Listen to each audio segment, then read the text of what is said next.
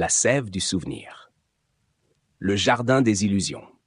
L'obscurité s'abattait sur la mégapole comme une chape de plomb, étouffant les dernières nuances d'un jour grisâtre. Les néons, vibrants d'une lumière artificielle, peignaient des reflets froids sur les flaques stagnantes de la chaussée. Chaque coin de rue, chaque recoin d'ombre semblait renfermer des secrets inaccessibles, des fragments d'un monde qu'on avait décidé d'oublier. Dans ce décor oppressant, Emma avançait, sa silhouette frêle enveloppée dans un manteau élimé, un écho vivant de la monotonie uniforme qui avait envahi l'existence de chaque habitant. Le grincement de ses bottes sur l'asphalte humide rythmait ses pensées. Des pensées qu'elle savait surveiller, peut-être même déjà compromises. Le contrôle central régissait tout, les vies, les souvenirs et même les émotions. La technologie Memoraze, qui équipait chaque citoyen via une puce implantée à la base du crâne, promettait une existence paisible, débarrassée des traumatismes et des souvenirs perturbateurs. Officiellement, c'était un acte de bienveillance, une prouesse scientifique au service du bonheur collectif. En réalité, c'était une arme insidieuse, capable d'effacer ou de modifier les souvenirs au moindre signe de rébellion, comme une gomme effaçant les détails gênants d'un tableau soigneusement orchestré. Les individus devenaient des pages blanches, réécrites au gré des caprices d'un pouvoir invisible mais omniprésent. Emma, comme beaucoup d'autres, avait accepté cette vie sans poser de questions. Elle avait été une citoyenne modèle, respectant les règles, s'accommodant des routines imposées et des relations insipides que les implants semblaient encourager. Mais depuis quelque temps, des fissures étaient apparues dans cette façade de normalité.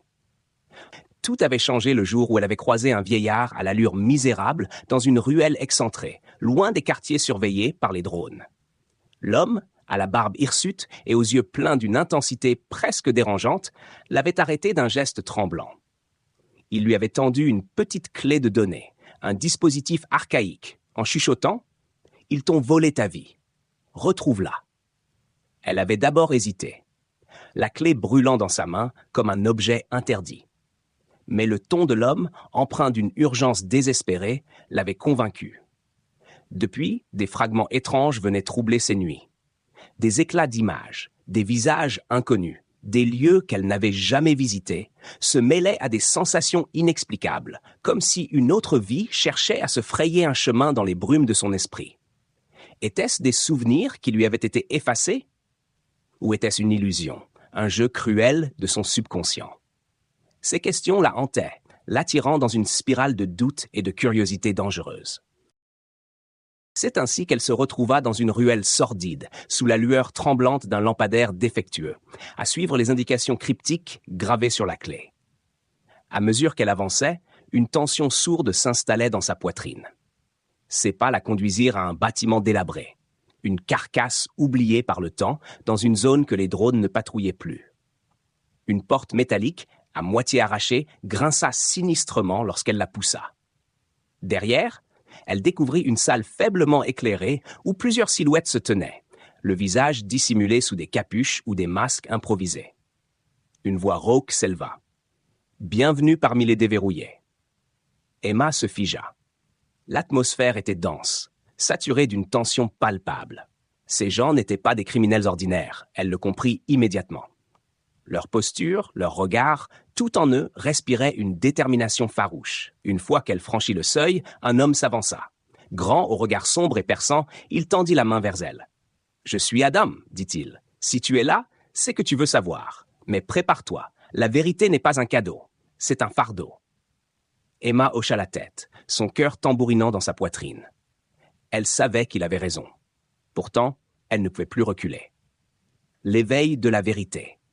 Le lendemain de son initiation, Emma comprit l'ampleur de ce qu'elle avait découvert.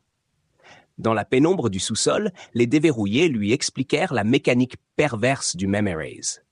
Ce n'était pas qu'un simple effacement, mais une réécriture complète de l'histoire personnelle et collective. Tout souvenir jugé troublant par le contrôle central disparaissait, remplacé par des moments artificiellement fabriqués.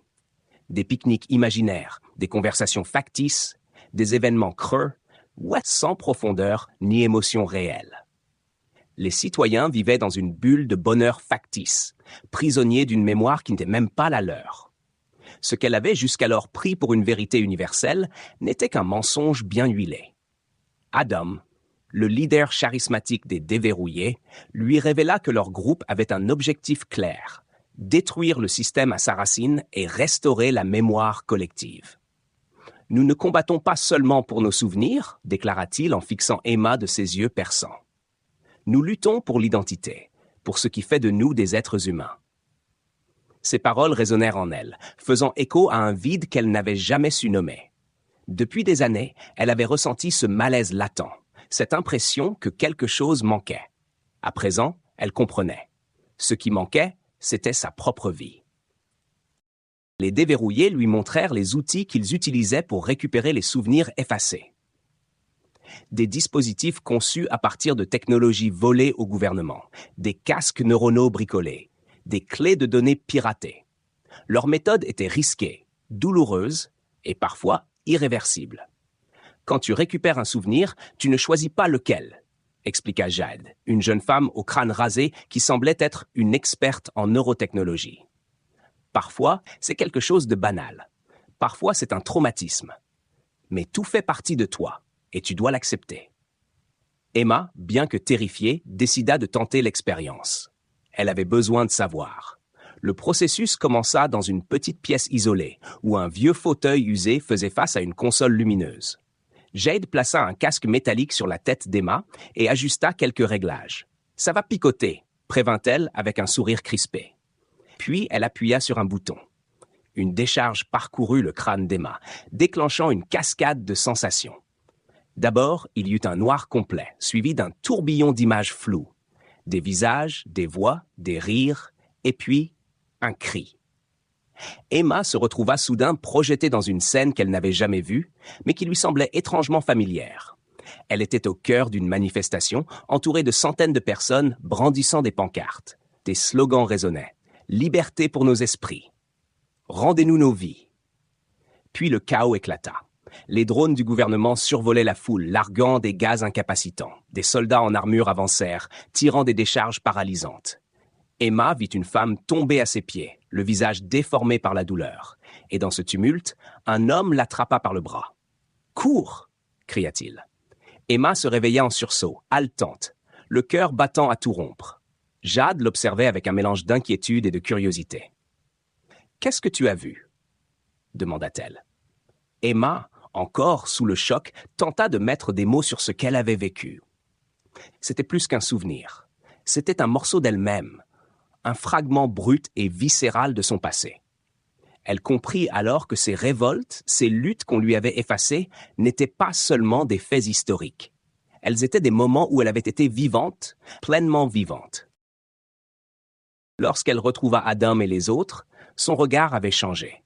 « Je sais maintenant pourquoi vous vous battez », leur dit-elle d'une voix tremblante mais déterminée. « Et je veux me battre avec vous. » Les déverrouillés accueillirent sa décision avec des hochements de tête graves. Ils savaient que ce chemin n'était pas sans danger. Mais Emma avait franchi une étape cruciale. Elle avait choisi la vérité, même si elle était douloureuse. Et cette vérité, elle était prête à la défendre coûte que coûte. Les fragments de lumière. Les jours suivants marquèrent une transition irréversible dans la vie d'Emma. Chaque matin, elle se réveillait avec l'impression d'avoir plongé plus profondément dans un océan de souvenirs qu'elle ne contrôlait pas. Aux côtés des déverrouillés, elle découvrait l'ampleur des manipulations orchestrées par le contrôle central. Les souvenirs récupérés ne concernaient pas seulement des événements personnels, mais aussi des moments collectifs d'une portée historique. Des révoltes étouffées, des discours courageux jamais entendus, des actes de résistance dont elle ignorait jusqu'à l'existence. Chaque souvenir restauré était une pièce d'un puzzle immense, dévoilant peu à peu l'histoire occultée d'une société entière. Adam lui confia que leur mission allait bien au-delà de la récupération individuelle de souvenirs. « Nous devons réactiver la mémoire collective », expliqua-t-il en pointant un plan holographique du centre de mémoire, un gigantesque complexe où le contrôle central stockait les données effacées. Si nous parvenons à libérer ces souvenirs à grande échelle, nous réveillerons tout le monde, mais il nous faut un accès direct au noyau du système. Emma observa les plans avec une appréhension mêlée d'excitation. Ce qu'il s'apprêtait à entreprendre relevait de l'impossible. Mais chaque visage autour de la table portait la même détermination. Ils n'avaient plus rien à perdre. Leur première mission d'envergure fut un test de leur capacité à agir en tant que force unifiée. Il s'agissait de récupérer un serveur mobile transportant des données sensibles. L'opération, soigneusement planifiée, devait se dérouler dans une ruelle étroite où le convoi passerait inévitablement. Emma, armée d'un pistolet à impulsion qu'elle tenait pour la première fois, tremblait de nervosité. « Respire !» lui murmura Jade, qui ajustait une grenade à impulsion électromagnétique. « Ce n'est pas différent de récupérer tes souvenirs. La peur est normale, mais elle ne te définit pas. » Lorsque le convoi apparut, escorté par 2 drones de surveillance, l'équipe entra en action. Une explosion contrôlée bloqua la route et Adam surgit de l'ombre, armé d'un fusil à énergie pour neutraliser les gardes. Emma se joignit à l'assaut, ses mains tremblant mais son regard résolu. Elle désactiva l'un des drones avec son pistolet, puis courut vers le véhicule principal où Jade s'occupait de pirater le serveur. Les tirs fusaient, illuminant la ruelle d'éclats bleutés. Une fois les données sécurisées, ils battirent en retraite dans une camionnette dissimulée à proximité. Le cœur d'Emma battait à tout rompre, mais pour la première fois, elle ressentit une étrange exaltation. Elle n'était plus une spectatrice. Elle était actrice d'un combat qui avait du sens. De retour à leur base, les données extraites du serveur révélèrent des informations capitales. Parmi elles, des protocoles détaillant les failles du système de sécurité du centre de mémoire. Emma fut frappée par une révélation en particulier. Certaines des séquences mémorielles stockées contenaient des fragments d'émotions brutes, de la douleur, mais aussi de la joie, de la passion, de la solidarité. Ces souvenirs n'étaient pas simplement des enregistrements. Ils étaient vivants, vibrants. « C'est plus qu'un outil de contrôle », murmura-t-elle en étudiant les fichiers. « Il manipule ce qui nous rend humains. » Adam hocha la tête, son visage marqué par une fatigue évidente. Et c'est pour ça que nous devons les arrêter. Mais nous aurons besoin de toutes nos forces pour ce qui vient. Une réunion fut convoquée pour planifier l'infiltration du centre de mémoire. Chacun eut un rôle à jouer. Emma, grâce à sa compréhension croissante des systèmes neuronaux, fut chargée de manipuler directement le noyau central. C'était un rôle risqué, mais elle l'accepta sans hésitation. « Je suis prête », dit-elle simplement, en croisant le regard d'Adam. Et elle l'était, même si une petite voix au fond de son esprit lui murmurait que ce choix pourrait bien être son dernier. Les jours précédant l'opération furent emplis d'une tension sourde. Emma passait ses nuits à revoir les plans, à s'entraîner avec Jade à l'utilisation des dispositifs de piratage. Elle se sentait changée, transformée par les souvenirs qu'elle portait désormais. Ce n'était plus seulement sa mémoire qu'elle défendait, mais celle d'un peuple tout entier. Lorsqu'elle regardait Adam, Jade et les autres, elle voyait non pas des fugitifs, mais des fragments d'un espoir ancien, prêts à renaître. « Nous ne sommes pas seuls », pensa-t-elle avec une conviction nouvelle. « Nous sommes des fragments de lumière dans une mer d'ombre. Et bientôt, nous brillerons tous. » Le choc des âmes. Le jour de l'opération, une tension palpable régnait dans la base des déverrouillés. Chacun connaissait les risques de cette mission. Infiltrer le centre de mémoire, l'épicentre du système Memoraze, où les souvenirs effacés étaient stockés et manipulés. Ce lieu, symbole de l'emprise totale du contrôle central, était une forteresse technologique protégée par des systèmes de sécurité sophistiqués et des forces armées. Mais c'était aussi la clé de leur révolution. S'ils réussissaient à diffuser les souvenirs restaurés, ils éveilleraient une population entière à une vérité longtemps ensevelie. Emma sentit l'adrénaline monter, tandis qu'elle vérifiait une dernière fois son équipement. À ses côtés, Adam lui adressa un regard encourageant. « Tu es prête ?» demanda-t-il. Elle hocha la tête, bien que son cœur battît à tout rompre. Elle savait que son rôle serait crucial. Elle devait pénétrer le noyau central du système et lancer la diffusion. Tout reposait sur sa capacité à rester concentrée sous pression. Elle inspira profondément, cherchant à ignorer la petite voix dans sa tête qui lui murmurait que les choses pourraient mal tourner. Leur véhicule camouflé s'approcha du centre de mémoire, un gratte-ciel étincelant qui dominait l'horizon. L'opération commença précisément à l'heure prévue. Une équipe de diversion, postée à l'est, attira l'attention des forces de sécurité en simulant une attaque.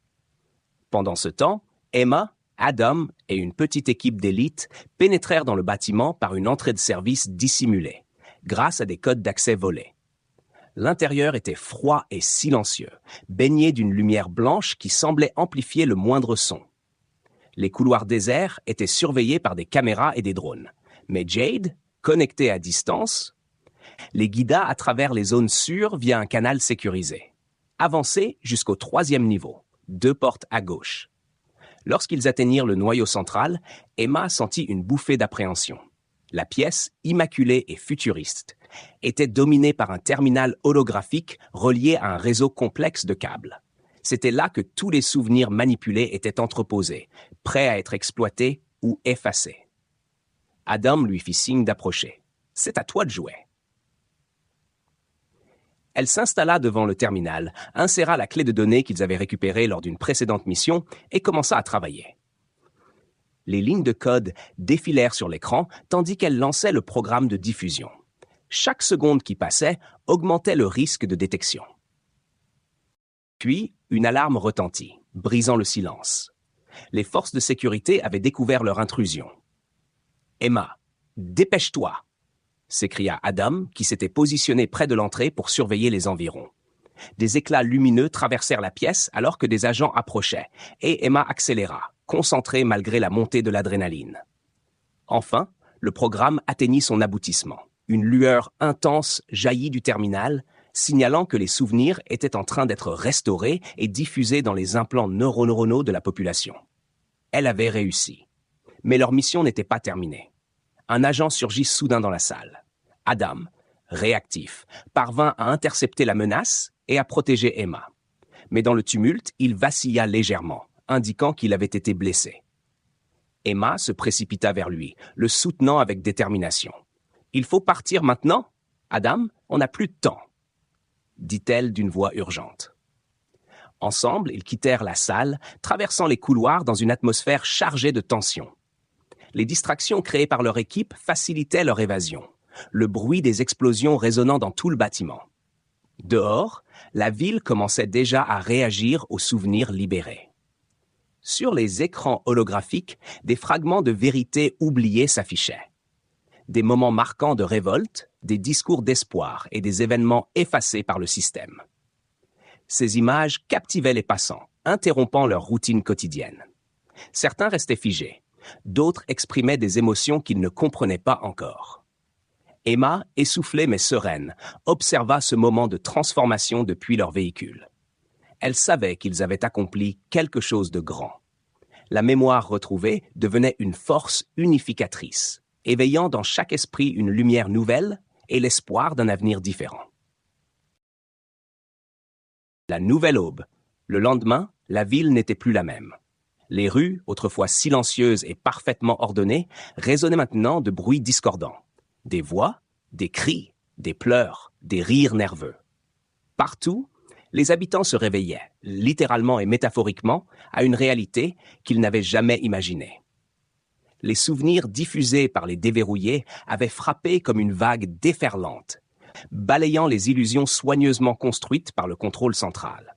Chacun récupérait des fragments de sa mémoire, parfois des éclats lumineux de joie, parfois des images sombres et douloureuses. Mais tous avaient en commun une chose, la vérité. Et cette vérité, bien qu'imparfaite et brutale, portait en elle une force irrésistible. Emma se tenait au sommet d'un immeuble abandonné, observant le chaos qui s'étendait en contrebas. Les drones, autrefois omniprésents et menaçants, tournaient maintenant en rond, visiblement désorientés par l'onde électromagnétique qui avait désactivé une partie du réseau de surveillance. Les citoyens, hébétés, se regroupaient en petits attroupements pour partager ce qu'ils avaient vu, ce qu'ils avaient ressenti. Certains se souvenaient des révoltes, des injustices qu'ils avaient subies, des proches qu'ils avaient perdus. D'autres redécouvraient des moments qu'ils croyaient inexistants, un sourire oublié, une rencontre marquante, une promesse brisée. Chaque souvenir retrouvé ravivait des émotions brutes et puissantes. Et ces émotions se transformaient peu à peu en une colère collective. Le siège du gouvernement, emblème du contrôle central, devint rapidement le point de convergence de cette fureur montante. Des foules se mirent en marche. Des milliers de personnes avançant dans un tumulte de slogans et de revendications. Emma, accompagnée d'Adam et des déverrouillés, rejoignit la tête du cortège. Adam, bien que blessé, refusait de rester en arrière. « C'est notre moment », dit-il en serrant la mâchoire, sa main valide posée sur son arme.